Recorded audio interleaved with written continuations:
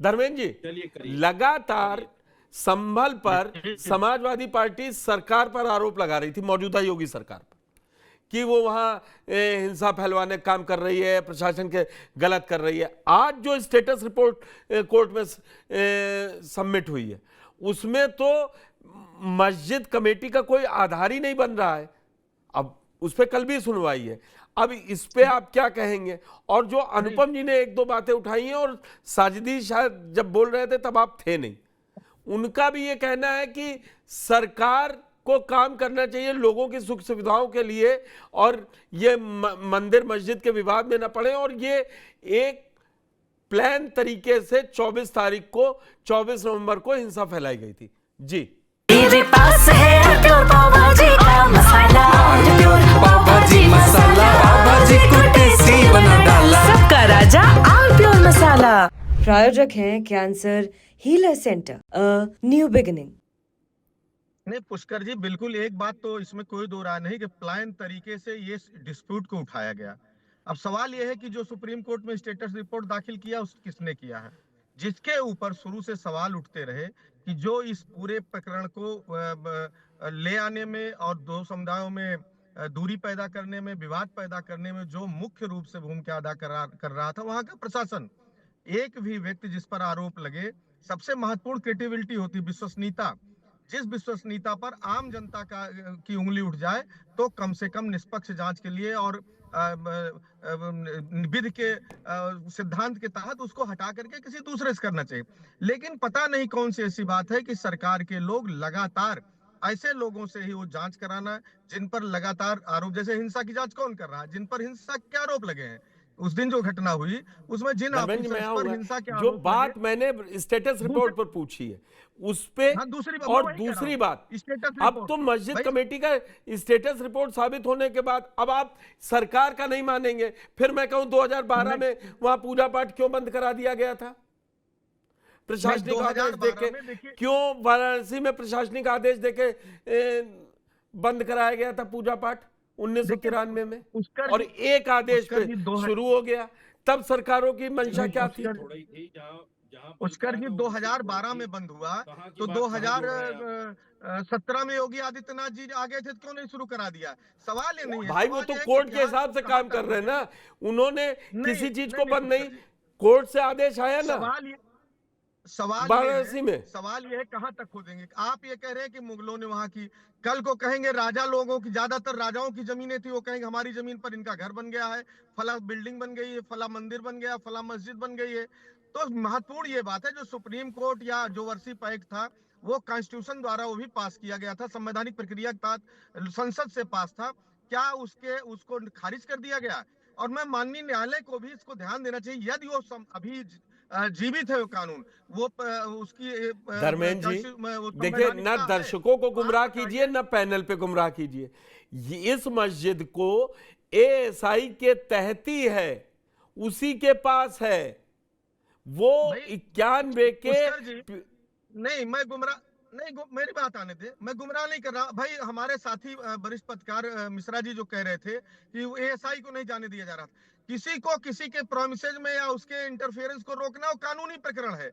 वो उसके चलते खुदाई होने लगे, उसके चलते सर्वे होने लगे, ये बात बिल्कुल ठीक नहीं है। अगर कोई रोक रहा, आपकी प्रोमिसेज, आप अंदर नहीं जाएंगे तो क्या करेंगे? आप पूरे देश पे उस पर उंगली उठा देंगे? भाई आप कानून के सहारा लेंगे, मुकदमा करेंगे कि मुझे मेरे घर में नहीं घुसने दिया जा रहा है, या और जो कार्रवाई करेंगे, दोबारा करेंगे, तिबारा। इस तरह की बातें अचानक क्यों पैदा हुई कि कभी दंगा हुआ था उसमें इतने मंदिर? भाई कुआं एक दिन में ढके नहीं होंगे, वहां जो इमारतें या जो वहां पे तालाब बने रहे होंगे वो एक दिन में, बावड़ी जो रही होगी वो एक दिन में ढकी गई नहीं होगी। ये प्रॉपर प्रक्रिया। दूसरी बात, सुप्रीम कोर्ट का सिविल एक्ट में, हमको लगता है अनुपम जी जानकार होंगे, एक सबसे बड़ी बात है इन सब के अलावा, हालांकि उपासना को अलग कर दीजिए, उसके अलावा सिविल में है कि 12 ईयर का पोजीशन इस टाइटल उसके लिए वो टाइटल दिया जा सकता है। ये नहीं, अरे ये अभी सुप्रीम कोर्ट का आदेश आ गया, मैं अनुपम जी को ले आऊंगा। टाइटल ये थोड़ी ना कि 20 साल से हम कहीं किराए पे रह रहे हैं तो फिर वो टाइटल उसका हो गया। टाइटल सूट का ये क्या नियम है? नो, नहीं, किराया अलग चीज है, किराएदारी डिफरेंट थिंग पुष्कर जी। पोजेशन विदाउट एनी इंटरफेरेंस, उसका पोजीशन है जिस पर किसी को आपत्ति नहीं, कोई उस पर वाद विवाद नहीं है, तो हो जाता है। ये नियम है, आप सुप्रीम कोर्ट का पढ़ लीजिएगा। हाँ, उसमें कोई लिटिगेशन न चल रहा हो, कोई नया हाँ लिटिगेशन बीच में 12 ईयर के इन बिटवीन ना हो। मेरा ये कहना बिल्कुल। है कि ये आप सबसे महत्वपूर्ण, इन सब चीजों से, कानूनी प्रक्रिया से आगे हटके एक बड़ी महत्वपूर्ण बात है कि आप जो एक भारत का संविधान जिस तरीके से बना है, जो सबको साथ लेकर के चलने की बात है, जित पंथ निरपेक्षता, धर्म निरपेक्षता की बात है, उसको आप खत्म करने के लिए कहां तक खोदोगे? एक डेडलाइन कर दो। हमको नहीं लगता है, क्या मौलाना साजिद रशीदी साहब भी कहे, तय कर लो भाई, कहां तक करना है? ईसा तक कर जाना है, महात्मा बुद्ध काल तक जाना है, या उसके पूर्व भी जाना, हर्ष के काल तक जाना है, या ठीक, ब्रिटिश पीरियड? आता हूं मैं तय कर लो, यही दूसरे करो। राउंड में आता हूं, बहुत टाइम हो गया है, पल्लवी जी को मौका नहीं मिला। पल्लवी जी, आप पर दो लोग सीधे सीधे, समाजवादी पार्टी के प्रवक्ता धर्मेंद्र जी और मौलाना साजिद रशीदी, कह रहे हैं सरकार को एक अच्छा माहौल, वातावरण देने की जरूरत है कि वो विवाद, और धर्मेंद्र जी कह रहे हैं कि बात हो जाए, कहां तक खुदाई होगी, कब तक की बात मानी जाएगी, और क्या क्या है भी ये सरकार की मंशा है। वो मंशा पर वो लोग सवाल उठा रहे हैं, उस पर आपका जवाब। देखिए पुष्कर जी, यदि कोई अपनी जड़ों को जानना चाहता है, जड़ों पे वापस जाना चाहता है, तो सरकार तो उसका सहयोग कर रही है। हमें तो खुश होना चाहिए कि हमारी सरकार ऐसी है जो लोगों का सहयोग कर रही है, यदि वो अपनी जड़ों को जानना चाह रहे हैं। पहली बात। दूसरी बात, साजिद जी कह रहे थे कि सरकार सिर्फ इस विषय में बात करती है और शिक्षा के क्षेत्र में काम नहीं करती है, या फिर हेल्थ के विषय में काम नहीं करती है। साजिद जी से बोलना चाहूंगी, सरकार का काम है हर चीज में हस्तक्षेप करना यदि कहीं कुछ गलत हो रहा है। 1978 में जो दंगे हुए थे, उसके बाद क्या हुआ था, बहुत सारे हिंदू थे जो वहां से विस्थापित हो गए थे। तो क्या वो अपने घर ना वापस आए? यदि उनको वहां से भगा दिया गया था, यदि सरकार इस समय सहयोग कर रही है, तो आप क्या चाहते हैं कि वो अपने घर में वापस ना आए? ये तो वही बात हो गई। और यदि भारतीय जनता पार्टी की बात की जाए, यूपी सरकार की बात की जाए, जब से यहाँ पे 2017 से, आप ये बता दीजिए कौन सा कार्य है जो अटका पड़ा है? सिर्फ धर्म के कार्य हो रहे हैं, हर तरीके के कार्य हो रहे हैं। इंफ्रास्ट्रक्चर को देख लीजिए आप, शिक्षा को देख लीजिए आप हेल्थ को देख लीजिए, और बाकायदा आंकड़े के साथ सरकार बात करती है, बिना आंकड़े के बात भी नहीं करती है। आप उठा के सारी चीजें देख लीजिए, हर चीज का आंकड़ा है। और दूसरी बात, आपने कहा कि जो सर्वे हो रहा है, स्टेटस रिपोर्ट पेश की गई है, वो किसी आधार पे पेश की गई है, और इस पे टिप्पणी करने का अधिकार किसे है? सुप्रीम कोर्ट को है कि ये एएसआई के एक्ट के अकॉर्डिंग है या फिर ये वर्शिप एक्ट के अकॉर्डिंग है। तो इस पे टिप्पणी करने वाले हम कौन होते हैं?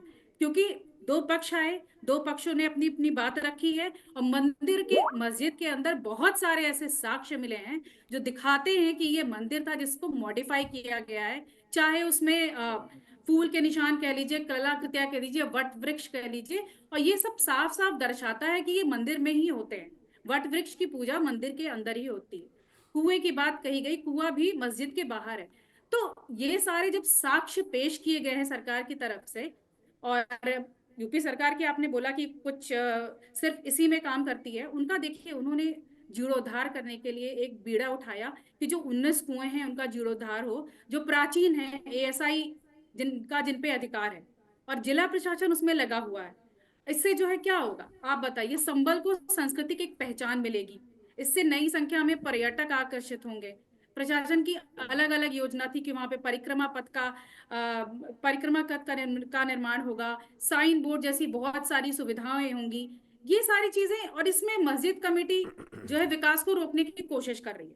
तो ये कल सुनवाई है, सुनवाई आप देखिए, ये भी धर्म की रक्षा करना भी, धर्म के मामले में यदि कोई परेशान कर रहा है तो बिल्कुल सरकार का काम है कि वो उसमें हस्तक्षेप करे, तो सरकार बिल्कुल करेगी, और सरकार अपना काम बखूबी निभा रही है। इसी वजह से भारतीय जनता पार्टी जनता के द्वारा ही, जनता पसंद कर रही है, इसी वजह से वो दोबारा आई हुई है। साजिदी जी, अब आप अपनी आपत्तियां बताइए। उन्होंने कह दिया सरकार लगातार जनता के हितों के लिए काम कर रही है और तथ्यों पे काम कर रही है, अगर किसी को परेशानी हो तो वो कोर्ट में तथ्य दे सकता है, और वो चुन के भी इसीलिए आ रहे हैं। हमारे संविधान में धर्मनिरपेक्ष एक लफ्ज है, आप जानते हैं उसके बारे में? सबको पता है शायद। सरकारों का काम धर्म पर काम करना नहीं है, मैं फिर कह रहा हूँ, फिर अब मैं आपको वही सरकारें तो समझाऊं, धर्मनिरपेक्ष फंडामेंटल होती राइट टू रिलीजन है।